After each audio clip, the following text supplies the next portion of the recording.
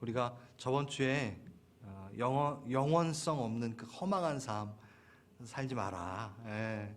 그 옛사람의 삶 아니겠냐. 우리 새 사람의 옷 입고 살자. 기억나시죠? 예. 그래서 그 옷을 옛사람의 옷을 벗고 입고 그런 은유적인 표현을 왜 썼는지 그것도 기억이 나실까 모르겠네. 기억나시죠? 옛사람은 그냥 벗어버리면 돼요. 그 옷은 내게 아니에요. 그렇죠? 그리고 새 사람을 입을 때 감사함으로 정말 주님의 그 수치의 옷 입으시고 내게는 거룩한 옷 입으시고 그 감사함으로 입는 겁니다. 자, 그 입게 되었을 때는 신분이 변했기 때문에 입을 수 있는 거잖아요. 그렇죠? 그리고 그 옷을 입고 신분이 변하면 뭐까지 변한다? 생활 양식, 행동까지 변한다.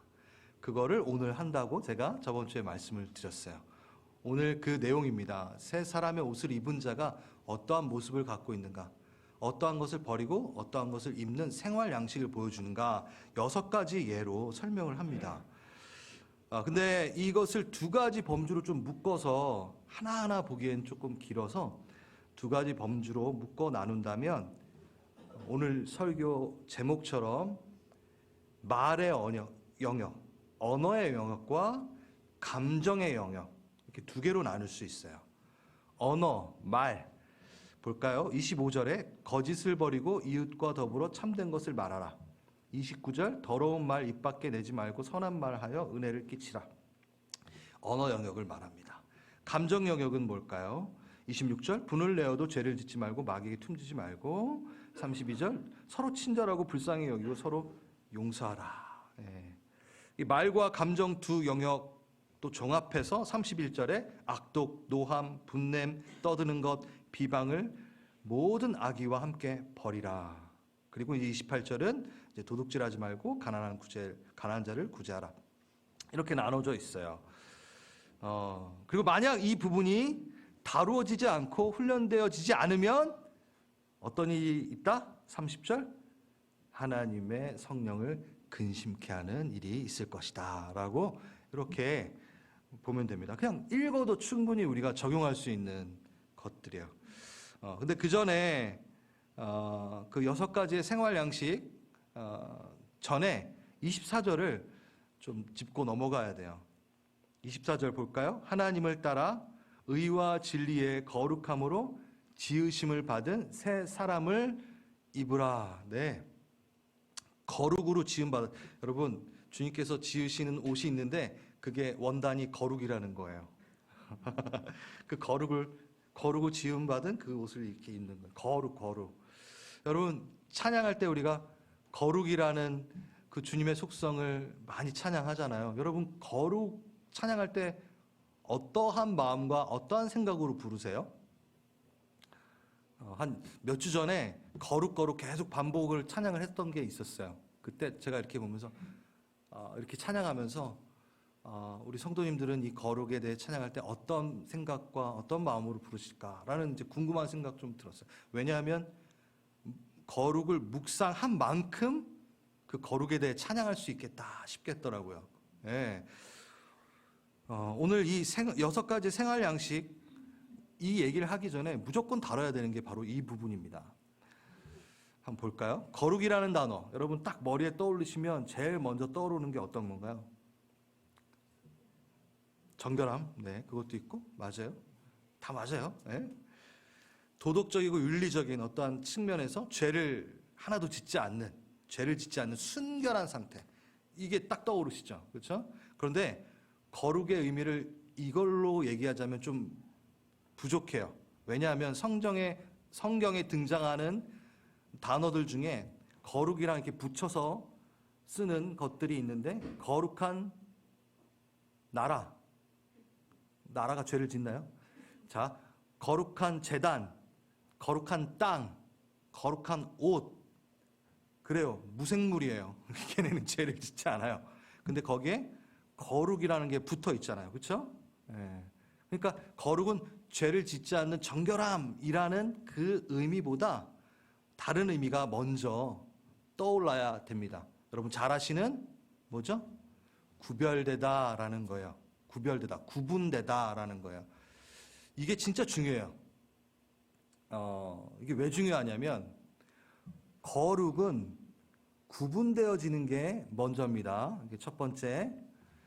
그 구분되어질 때, 떼어질 때 카다시라는 단어를 쓰는데 똑같은 재질, 똑같은 색깔, 똑같은 모양 다 똑같아요. 그런데 특정한 목적에 의해서 선택되어져서 따로 떼어 놓으면 그게 거룩이라는 거죠. 구별되었다. 카도시 그 뜻이에요. 뭐라고 다시? 다 똑같아요. 뭐가 더 특출난 게 없어요. 근데 그 중에 선택하여 떼어 놓으면 그게 구별됐다. 그게 거룩이라는 것입니다. 그러면 뭐가 여기에 들어가 있나? 거룩이라는 것은 결코 내재적이지 않습니다. 너무 어려운 말인데 거룩이라는 것은 그 안에 어떠함으로 거룩해지지 않는다라는 거예요. 다 똑같으니까. 무엇으로 거룩해진다라는 거죠? 선택에 의해서 거룩해진다는 거예요. 그러니까 떼어놓는 것. 외부에 의해서 거룩해집니다. 무조건. 좀 여러분 거룩한 삶을 사십시오. 막 여러분 거룩한 분입니다 하면 여러분 이렇게 되나요? 조금 부담스러움이 없지 않아 있잖아요. 거룩하신 성도님. 성도가 원래 거룩한 무리가 성도예요. 그 소리는 그냥 이렇게 들으시는데 여러분 거룩한 분이십니다. 자, 옆에 한 번씩 인사하겠습니다. 거룩하신 분입니다. 당신은 거룩한 사람입니다. 이게 말이 안 떨어지나요, 잘? 근데 여러분 맞아요.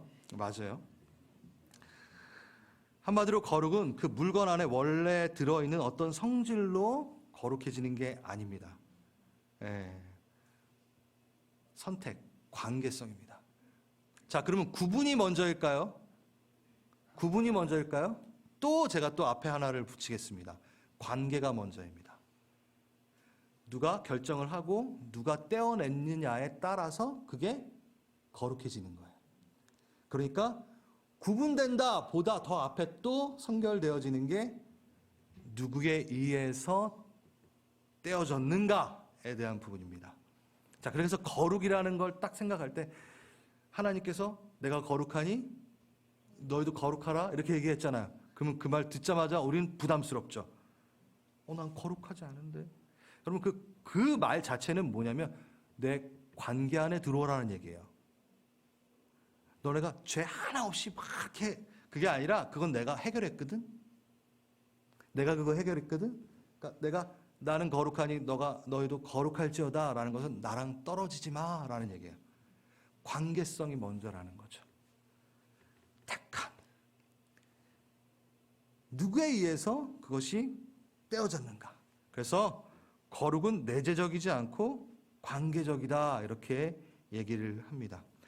보세요. 24절 다시 봅시다. 하나님을 따라 누굴 따라? 하나님을 따라. 의와 진리의 거룩함으로 지으심을 뭐요? 받은. 내가 한 게 하나도 없잖아요. 거룩해지는데.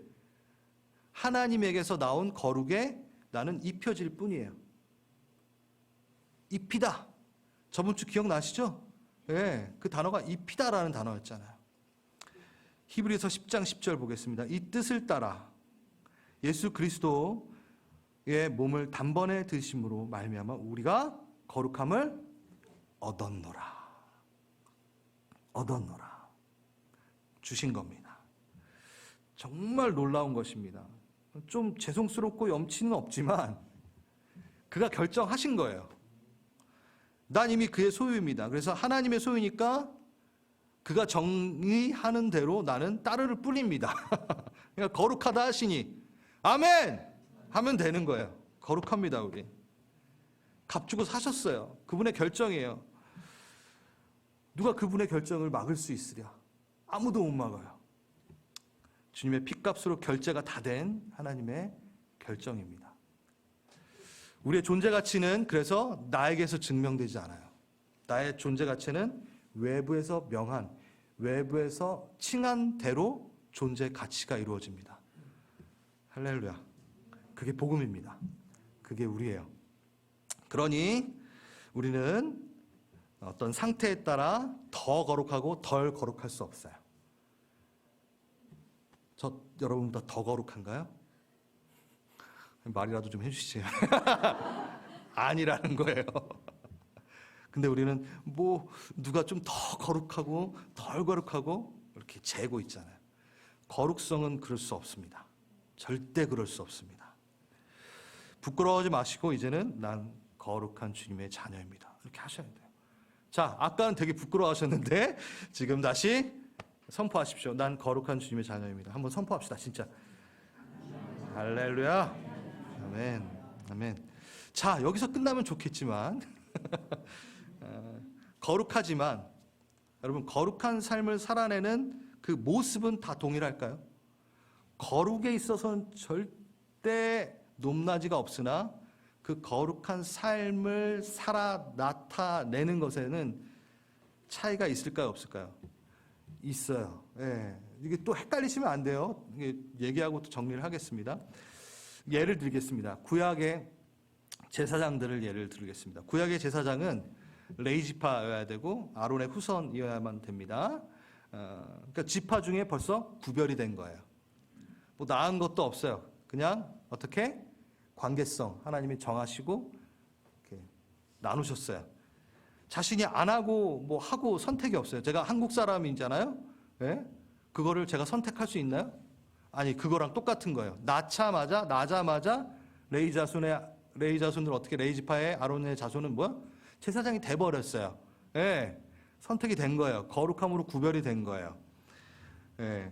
어느 날 여러분 생각해 보세요. 그 제사장이 오늘 아침엔 묵상과 기도와 찬양이 너무 잘 됐어. 그래서 내가 좀 더 거룩한 제사장이 된 것 같아.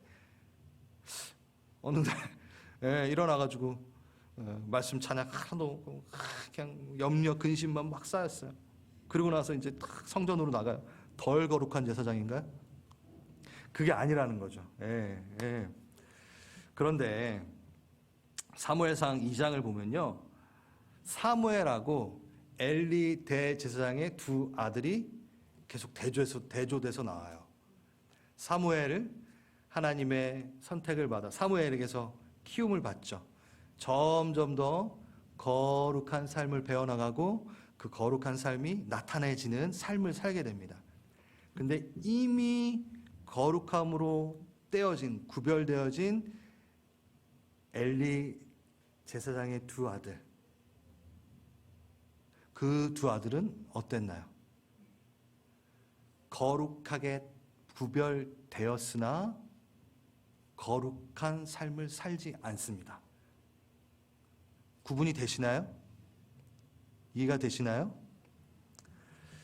홈리와 비느하스는 불량자라 여호와를 알지 아니하더라. 어떻게 알죠? 왜 몰라요? 알죠. 지식으로 알죠.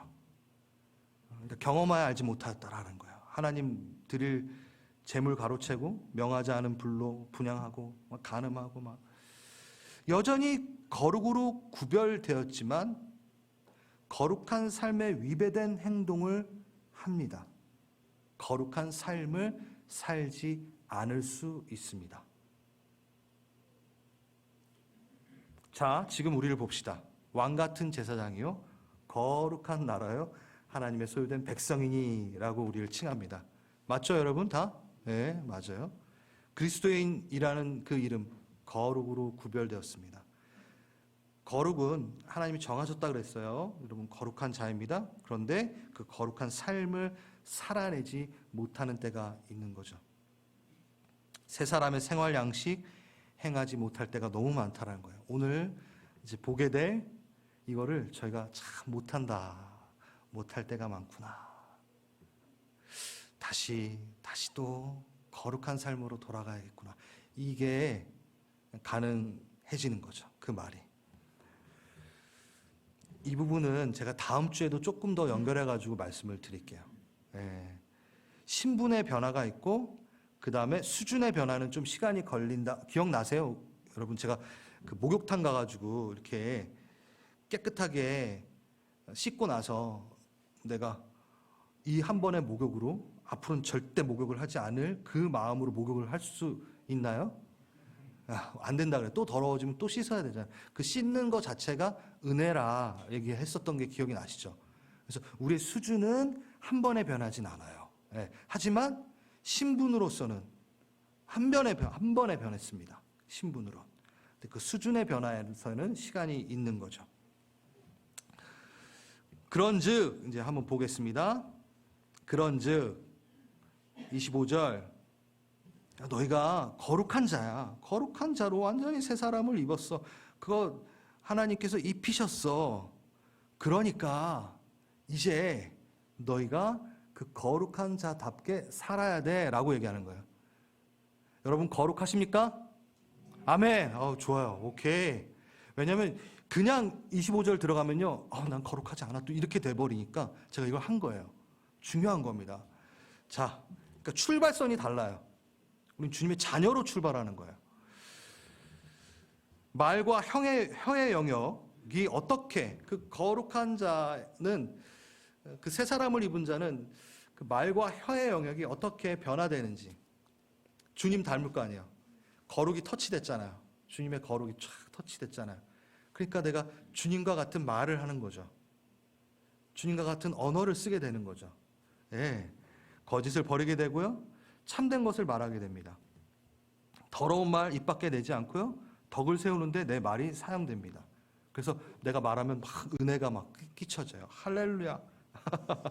예, 말에 대한 교훈은 성경에서 정말 많이 다루고 있습니다. 대표적으로 이 부분에 대해 하나님께서 얼마나 큰 무게를 두시는지 마태복음 12장 34절에서 37절까지 한번 보길 원해요. 제가 읽겠습니다. 독사의 자식들아, 너희는 악하니 어떻게 선한 말을 할 수 있느냐? 이는 마음에 가득한 걸 입으로 내미니라. 여러분 아시죠? 마음에 있는 걸 입으로 냅니다. 선한 것을 쌓은 사람은 선한 걸 내고 악한 것을 쌓은 것은 악을 낸다. 내가 너에게 이르노니 무슨 무익한 말을 하든지 심판 날에 내가 신문을 한다. 뭘로? 말을 가지고 너가 뱉은 말 갖고 심판 날에 대하여 내가 신문할 거야. 너가 그 말로 의롭다함을 받고 그 말로 정죄함을 받게 될 거야. 되게 무서운 말이에요. 안 무서워요? 아무튼 심판 날에 쉽게 다룰 만한 이슈가 아니라는 거예요. 말이라는 게 그냥 우리가 뭐 좋은 말이야 이게 아니라는 거예요. 되게 하나님이 중요하게 여기신다라는 거를 저는 지금 강조하는 겁니다. 얼마나 중요하게 여기셨냐면 사도행전 2장에 보면요, 오순절날 성령님이 임하실 때 제일 먼저 다루셨던 게 뭐죠? 혀예요. 혀. 언어예요. 말이에요. 아닌데 성령 충만해가지고 방언한 건데요. 자, 봅시다. 여러분 어떻게 보면 4,000년을 기다리신 거죠. 아담의 때부터 내가 너희 입이 방정이라고 항상 입 때문에 망했는데 너네 에덴에서도 입 때문에 망하고 출애굽 때도 입 때문에 망하고 아무튼 입 때문에 아주 그냥 문제가 많았는데 내가 기다렸어. 성령이 임하실 때 제일 먼저 사로잡고 관여하고 싶고 통치하고 싶으셨던 게 뭐다? 혀예요. 네 혀. 그 조그만 혀. 그걸 내가 너를 그 혀를 확 성령님이 확 임하실 때 혀를 확 잡으신 거예요. 불같이 임하셨는데 아니잖아요. 저 이거 되게 많이 했는데 2장 3절 마치 불의 혀처럼 갈라지는 것들이 있어서 해가지고 우리는 불길 같은 성신이요. 그래서 항상 불이 임했다고 생각을 해요. 근데 번역이 잘못됐죠? 그렇죠? Tongues as of fire. 예, 뭐? 혀 같은 불이에요. 그러니까 혀 같은 불이 아니라 불 같은 혀예요. 잘못 말했네. 혀가 임한 거예요. 근데 그게 불같이 보였을 뿐이에요. 자, 그러면 형상이 불의 형상처럼 임하였으나 불이 임한 게 아니라 뭐가 임하였다? 혀가 임하였다. 너무 징그럽네요. 이게 혀 하는데 여러분 글로사라는 단어예요. 그래서 우리는 이거를 혀로도 번역할 수 있지만 이 스탄 나라 쪽, 이 중동 쪽 나라는 이렇게 선교사님들이 이렇게 되게 웃긴데 가가지고 이제 먼저 만나가지고 그 중동 사람이나 그 스탄 붙은 그 나라들에 있는 사람들이랑 얘기하다 보면은 너 혀가 뭐냐 이렇게 물어본대요.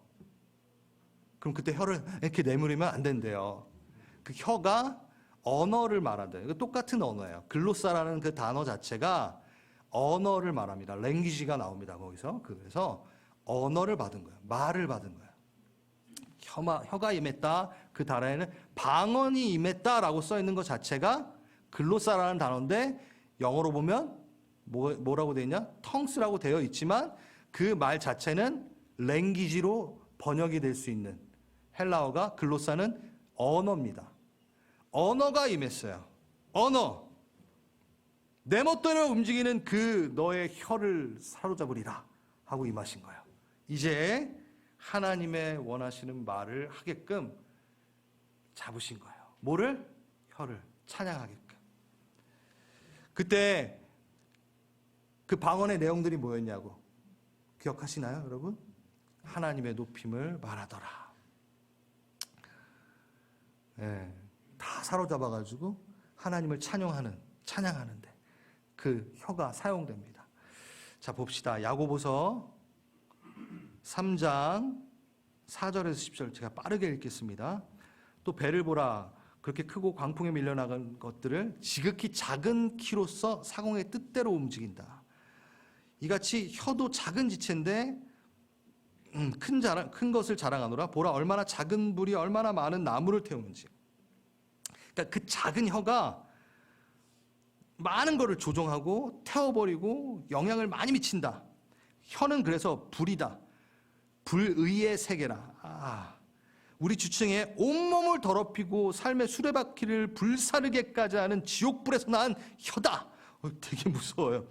그 혀는 정말 조그만데 지체 중에 진짜 조그만 건데 온몸을 다 불사를 정도로 되게 위험한, 잘못 사용하면 큰일 나.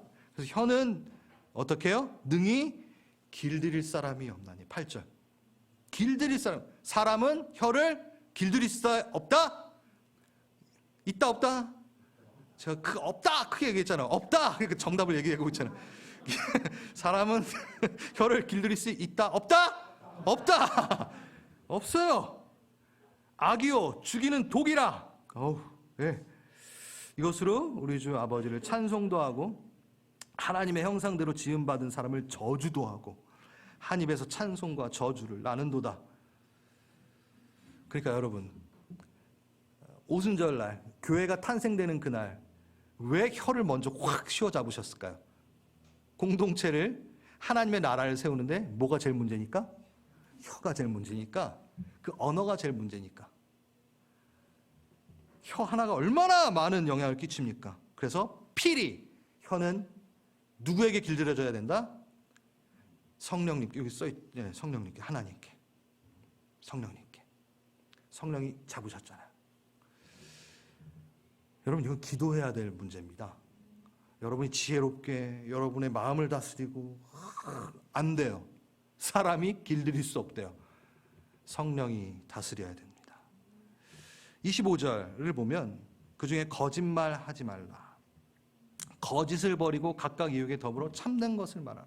그러니까 거짓의 영, 이게 영적 싸움이에요. 언어는 완전히 성령이 강하게 붙잡아야만이 제대로 된 역할을 할 수 있을 만큼 이 혀는 영적 전쟁에 속해져 있는 요소입니다. 사단이 꽉 잡고 있는, 사단이 틈만 나면 그 혀 갖고 어딜 공동체를 망가뜨리고 내 삶을 망가뜨리려고 시각각 노리고 있는 거예요. 왜? 거짓의 영이니 참된 말을 하는 걸 얼마나 싫어하겠어요. 입술에 파수꾼을 세워야 됩니다. 29절 더러운 말. 다른 번역으로 한다면 남의 험담을 하지 말고, 31절 떠드는 것과 비방, 가시돋친 말로 상대방을 아프게 하지 말고. 사단은 거짓의 영일 뿐만 아니라 참소하는 영입니다. 험담하는 영입니다. 하나님 앞에서도, 욥기에 보면 하나님 앞에서도 험담을 해요. 욥 험담하잖아요. 이렇게 막. 예? 그만큼 대범한 녀석이 사단이에요. 험담을 너무 좋아해요. 사단이. 그래서 창세기 3장에 보면 하와 함께 누구를 험담하고 있죠?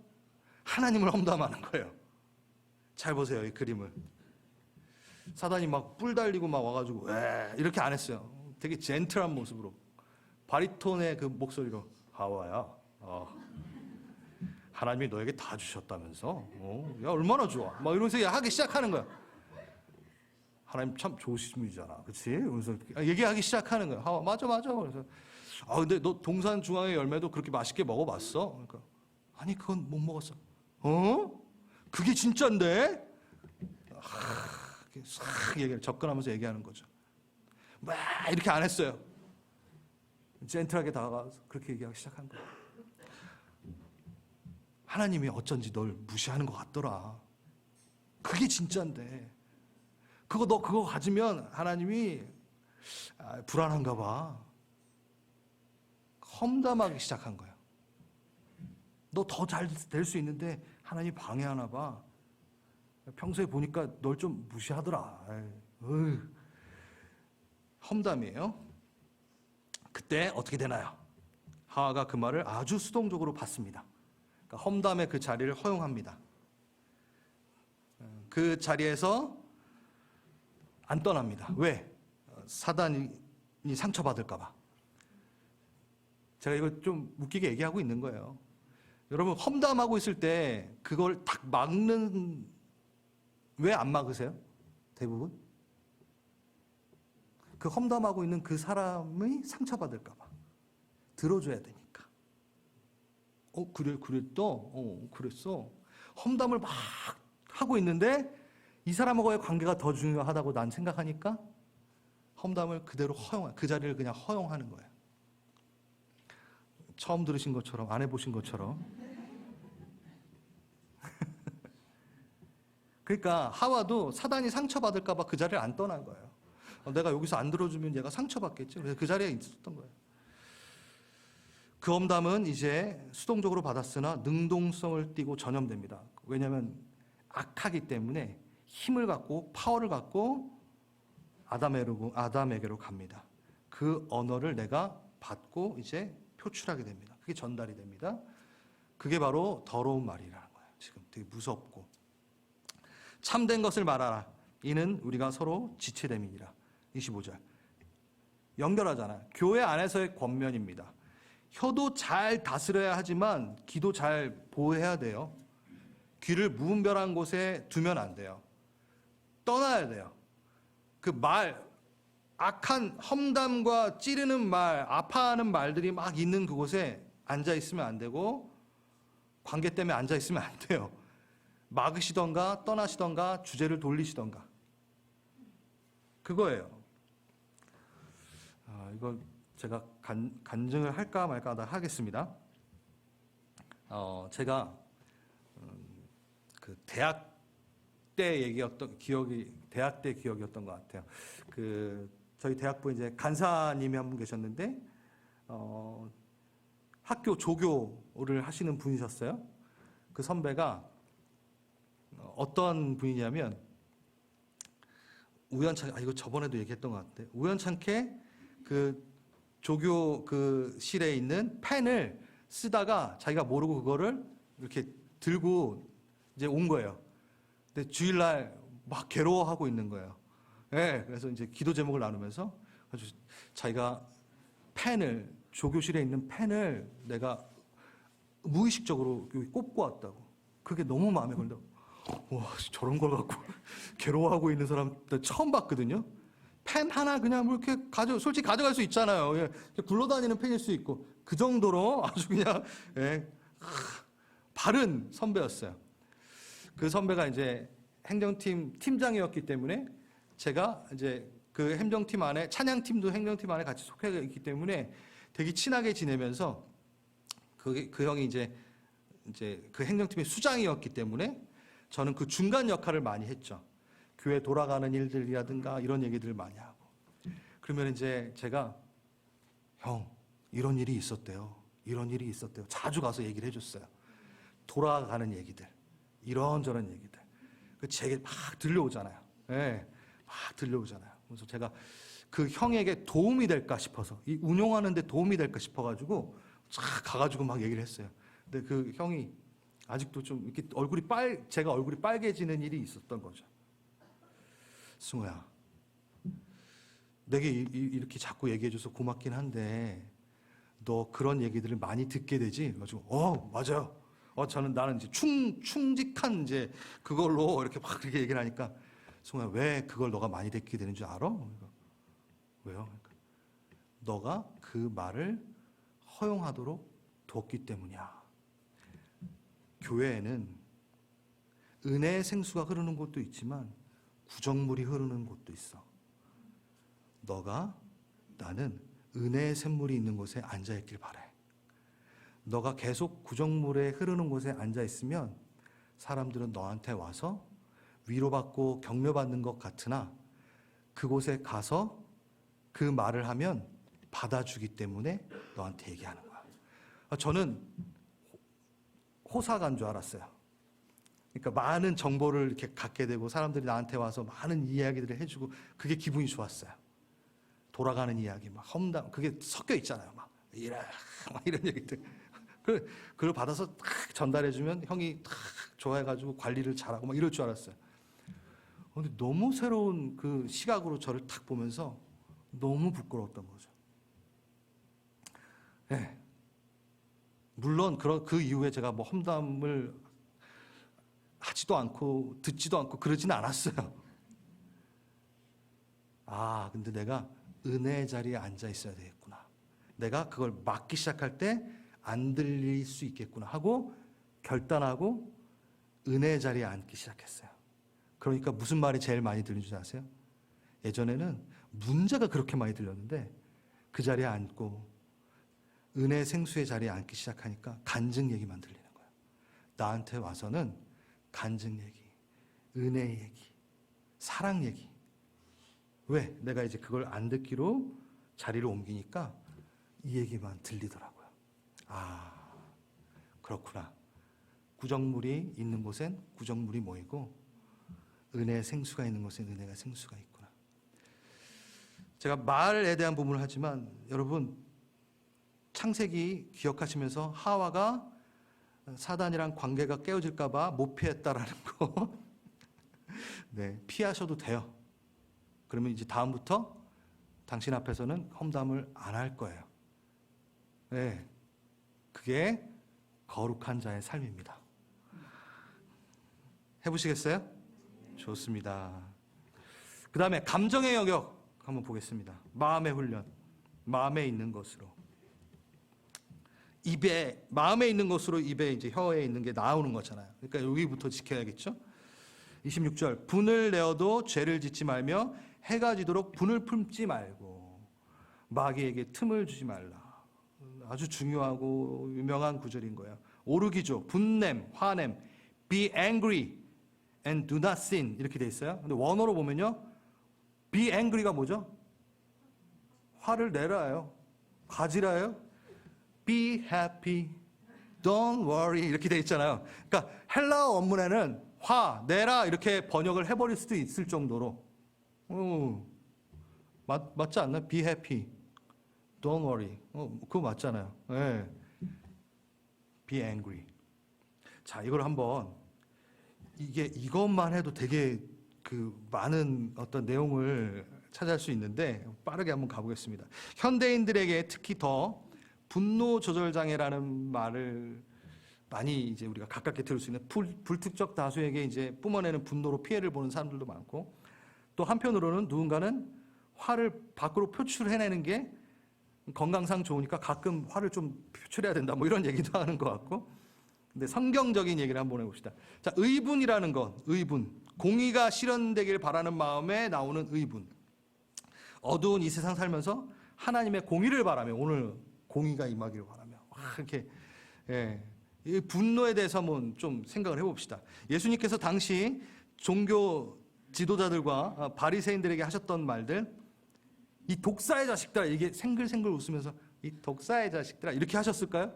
온유의 목소리로? 아니요, 분에 차셔가지고 격양된 목소리로 하셨을까요? 네. 이뿐인가요? 성전 정화, 말이 성전 정화 사건이지 내 기도하는 집을 강도의 소굴로 만들었다 하면서 뭐 하셨어요? 상을 뒤집고 막 의자 뒤집고 채찍을 만들어 사람들을 내쫓으셨어요. 생글생글 웃으면서 하셨을까요? 막? 예? 여러분? 상을 뒤엎는데 이렇게 하셨을까요? 예, 여러분. 그때 아마 제자 중 하나가 주님 너무 흥분하지 마세요. 진정하세요. 이렇게 해도 이상하지 않을 만큼 화 좀 가라앉히시고 차근차근 말로 하세요. 막 이렇게 해도 이상하지 않을 만큼 분을 목격을 했을 거예요. 네, 맞습니다. 오히려 하나님의 진리를 반하는 일들, 교회가 세속화되고 타락한 모습에 의분이 생기지 않는다면 그것은 변질된 것이고 병든 것이죠. 오히려. 그렇죠? 또한 삶의 주변에 비와 부정이 일어나고 힘의 논리에 의해 착취당하고 피해를 보는 불의를 보면 그걸 보고 그냥 허허 하고 있으면 그건 온유한 게 아니라 비겁한 거죠. 그렇죠? 불의에 대해 아무 반응이 없는 모습을 우리는 그리스도인이 추구하는 모습이라고 말하진 않습니다. 그런데 이 정당한 분노, 의분이라는 것은 또 약점이 있습니다. 왜냐하면 자신의 이해관계에 따라서, 자신의 경험에 따라서, 자신의 선입견, 편견에 따라서 저마다 본인은 정당하게 분노를 표출해내고 있다라고 생각을 하고 있기 때문에 의분, 정당한 분노라고 하더라도 오류가 있을 수 있다는 거죠. 한번 예를 들어볼까요? 구제와 봉사를 참 열심히 하는 사람들이 있습니다. 그런 사람들이 누군가가 그 구제에 참여를 안 하면 뭐가 생기죠? 의분이 생기죠. 그래서 판단과 경멸로 이어지게 되고 교만하게 돼요. 그 사람은 다른 방식으로 구제하고 봉사하고 있을 수 있는데 자신의 경험 따라, 그러니까 보통 제가 특수사역 하시는 사역자들을 보면은 제가 다 그러시는 건 아닌데 그 사역이 최고야. 그거 안 하면 다 너넨 지금 제대로 사는 게 아니야. 막 이런 분들 많거든요. 많이 만나봤어요. 그게 의분인데 그건 위험한 거죠. 그렇죠? 또 공공지하철, 이거 하나의 예인데, 공공지하철에 어린 자녀를 데리고 탄 아버지가 애가 막 떠들고 있는데 넋이 나간 채 그 아이를, 자기 자녀를 돌보지 않고 있는 어떤 아빠를 보고 사람들이 아유 왜 이렇게 애 좀 잘 간수 좀 하지, 막 이렇게 판단하고 있다가 어떤 사람이 애 좀 잘 간수하세요 이렇게 얘기하니까 그 아빠가 그때 저 정신이 들면서 죄송합니다. 지금 방금 우리 아들의 엄마, 내 아내를 장례를 치르고 오느라 제가 넋이 나가 있었습니다. 여러분 어떠세요? 정당한 의분이었죠? 공공장소에서 떠드는 아이에 대한 정당한 의분이었는데 그 상황을 들어보니까 그 의분이, 정당한 분노가 위험한 인신공격이 되는 분노일 수도 있다는 거죠. 제가 지금 계속 얘기하는 것은 분노에 대해서 얘기하고 있는 거예요. 그러니까 이해관계에 따라, 여러분 지금 이스라엘과 팔레스타인, 그 하마스, 팔레스타인이라고 말하고 싶지 않습니다. 하마스랑 이렇게 전쟁을 하고 있죠. 거기에 죽어가고 무고한 그 시민들, 죽어가고 있는 그 이거 납치당했던 이스라엘 그 부모, 자녀들, 이쪽 편에 쓰면 어떤가요? 의분이 생기겠죠? 지금 창살 없는 감옥 가운데 있는 팔레스타인 지역의 그 사람들은 또 이쪽에 쓰면 의분이 생기겠죠? 제가 지금 이걸 뭘 말하냐면 지금처럼 분노에 대해 조금만 고민해 본다면 정당한 분노와 부당한 분노를 따지기가 쉽지 않습니다. 그래서 이 구절은 정당한 분노인가 아닌가를 가려서 내 분노는 허용 범위 안에 있으니까 분노해도 돼라는 걸 말하는 게 절대 아니에요. Be angry 아니라는 거예요. 무엇보다 바울은 지금 31절에 너희는 모든 노함과 분냄 버려라. 악의와 함께 버려라. 그러니까 죄로 여겨요. 죄로 여기고 있어요. 한마디로 본인의 의도와는 상관없이 의분이든 분노이든 그 분노에 갇혀 그 분노에 잠식당하면 안 된다라는 거를 지금 성경은 얘기하고 있는 겁니다. 네. 분냄이 정당하다고 생각되는 순간 마귀가 틈을 타서 마귀가 좋아하는 결과를 낼 수 있기 때문에 그게 의분이든 그냥 나쁜 분노이든 이 분노 자체는 너희가 잘 다스려야 돼라고 얘기하는 거예요. 그래서 여러분, 정당한 그 패역한 것에 의분을 내지 말라는 얘기가 아니라, 그러니까 분이 정당화될 수는 없다. 잘 생각하고 너가 그것을 다스려야 된다라는 얘기. 끝까지 한번 들어보세요. 해가 지도록 분을 품지 말라. 여러분, 이걸 또 이제 너무 문자 그대로 하면은 해가 지기 전까지는 분을 막 내도 되겠구나. 낮에는 힘있게 분을 내고 막 화내고 막 이래도 되는구나. 아니에요. 그럼 백야 현상에 있는 나라는 계속 해를 나고, 아니죠. 그러니까 이 분노가 지속적으로 너 삶을 다스리지 않게 하라 라는 얘기인 거예요. 그러니 분이 있을 때 신앙적 고민을 미루지 말고 빨리 해결해야 된다, 이 얘기예요. 분노가 정당해 보일지라도 마귀에게 가져가서 이용당하지 말고 먼저 하나님께 가져와서 쏟아내고 그 마음을 확인해야 된다. 그걸 얘기하는 거죠. 여러분, 잘 안 되죠? 근데 그래서 시편을 주셨습니다. 시편의 장르를 보면은 찬양시, 감사시, 지혜시, 뭐 의왕시 막 이런 게 있어요. 제왕시 이런 게 있어요. 네, 여기에 보면요, 제일 많은 분량을 차지하는 게 탄식시입니다. 150편 중 67편이 탄식시예요. 그러니까 가장 공의로운 재판관 앞에 가서 분노를 말하는 거예요. 주님 못 참겠어요.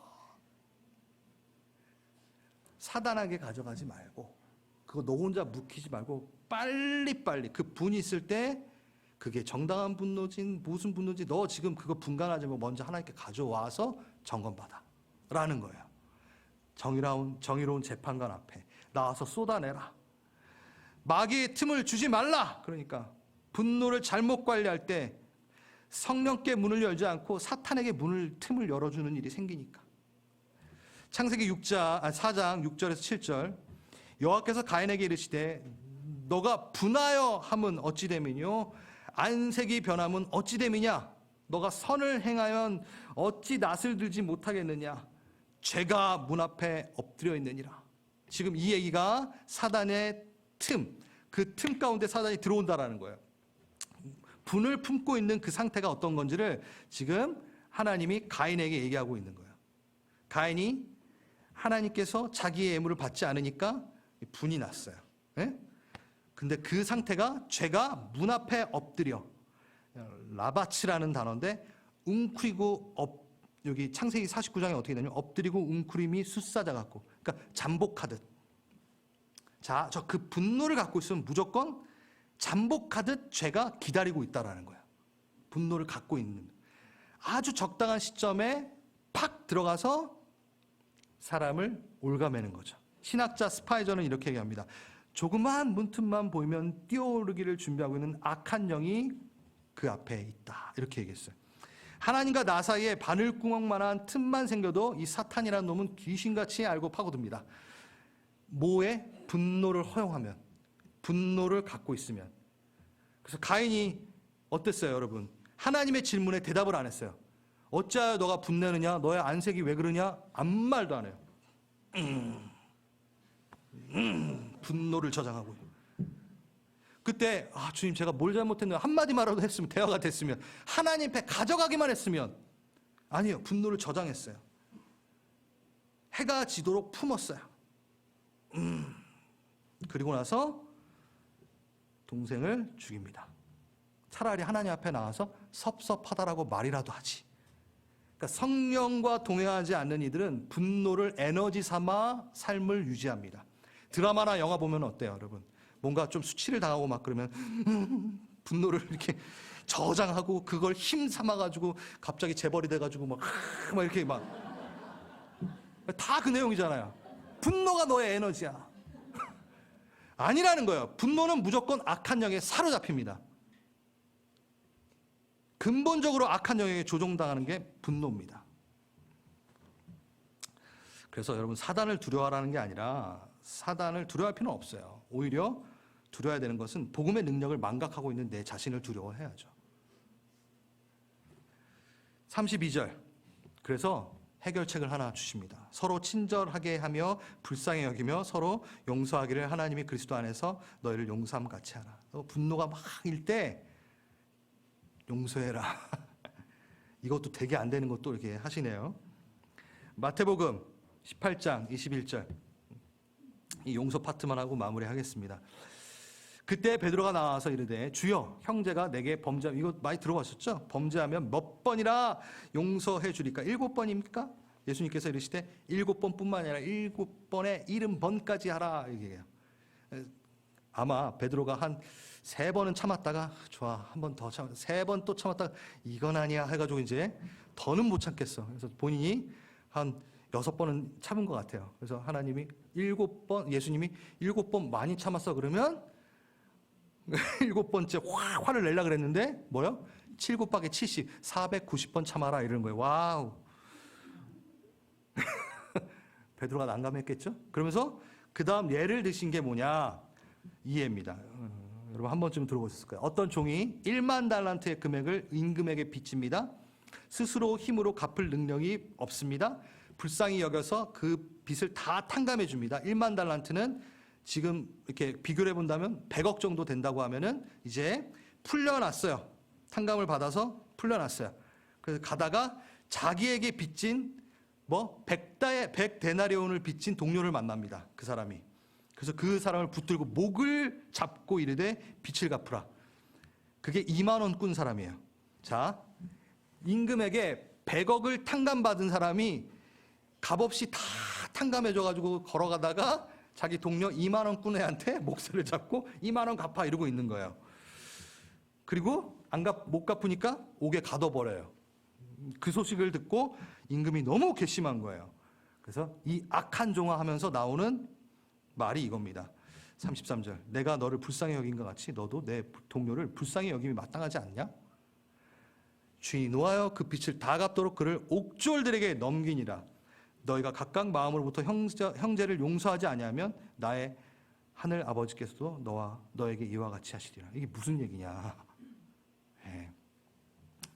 하나님께서, 예수님께서 나의 죽음에 이르게 하는 그 중한 모든 죄를 용서하심이 있는데 그에 따른 너도 그 마음으로 타인을 용서하는 게 마땅한데 넌 이만큼 용서받아 놓고선 왜 이걸 용서 못하니? 라고 얘기하면서 어떻게 해요? 옥졸을 붙여요. 여기 옥졸이 뭐죠?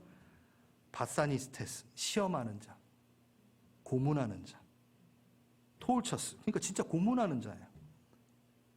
자, 제가 그래서 또 사단을 무서워해라 이 얘기가 아니라 우리 손해라는 거예요. 분노를 갖고 용서하지 않고 있으면 누구 손해? 내 손해예요. 아, 내가 용서하면 제가 자유케 되잖아. No. 내가 용서하는 순간 누가 자유케 돼요? 내가 자유케 되는 거예요. 그 분노의 굴레, 그 사단의 틈 안에 내가 사단의 놀이터에 들어가 있는 건 분노입니다. 근데 빨리 용서를 하고 털어내버리면 저는 그 사단의 틈에서 나오게 되겠죠. 사단의 놀이터에서 나오게 되겠죠. 그러니까 여러분 용서를 즐겁게 하셔야 돼요. 지혜롭게. 나 너 용서할게. 나 벗어났어. 나 이 분노의 사단의 틈에서 벗어났어. 하면서 선포하시는 거예요. 난 널 용서한다. 이렇게. 안 되나요? 안 되나요? 쉽지 않나요, 여러분?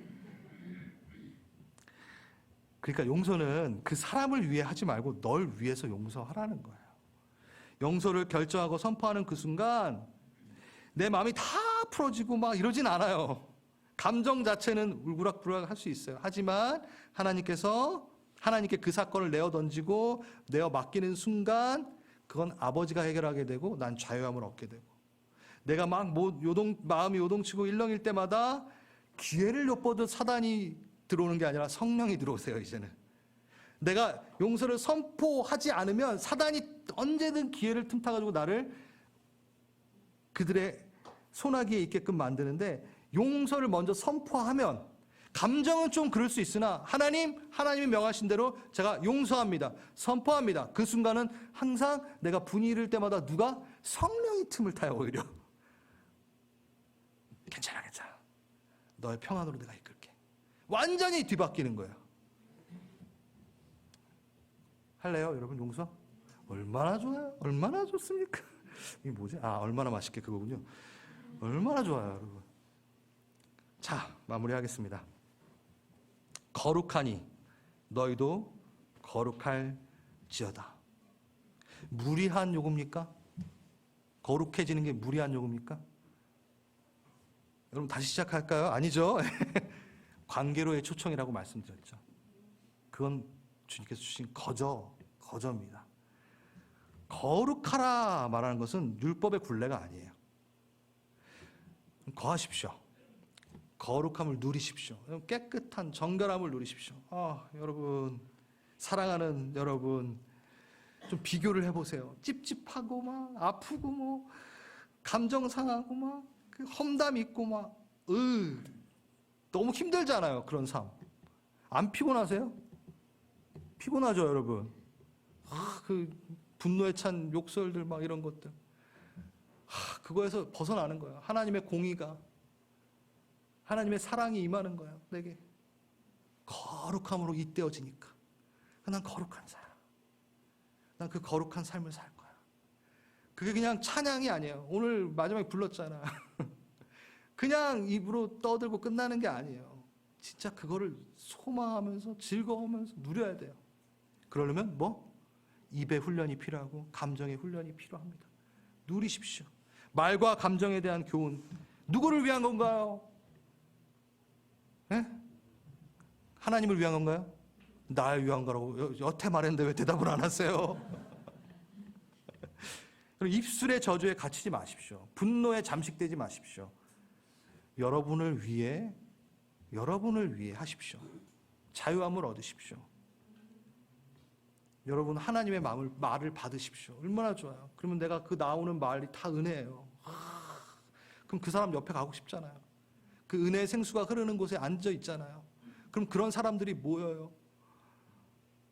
너무 아름다워요. 바로 그게 우리 교회입니다. 아멘. 그래서 말과 감정의 교훈을 통해 우리가 그것을 지켜 참소와 저주에서 벗어나 승리하는 삶을 삽시다. 그래서 오늘 이 찬양 부르고 마지막으로 우리 함께 주님께 기도했으면 좋겠어요. 다 함께 일어나 볼까요?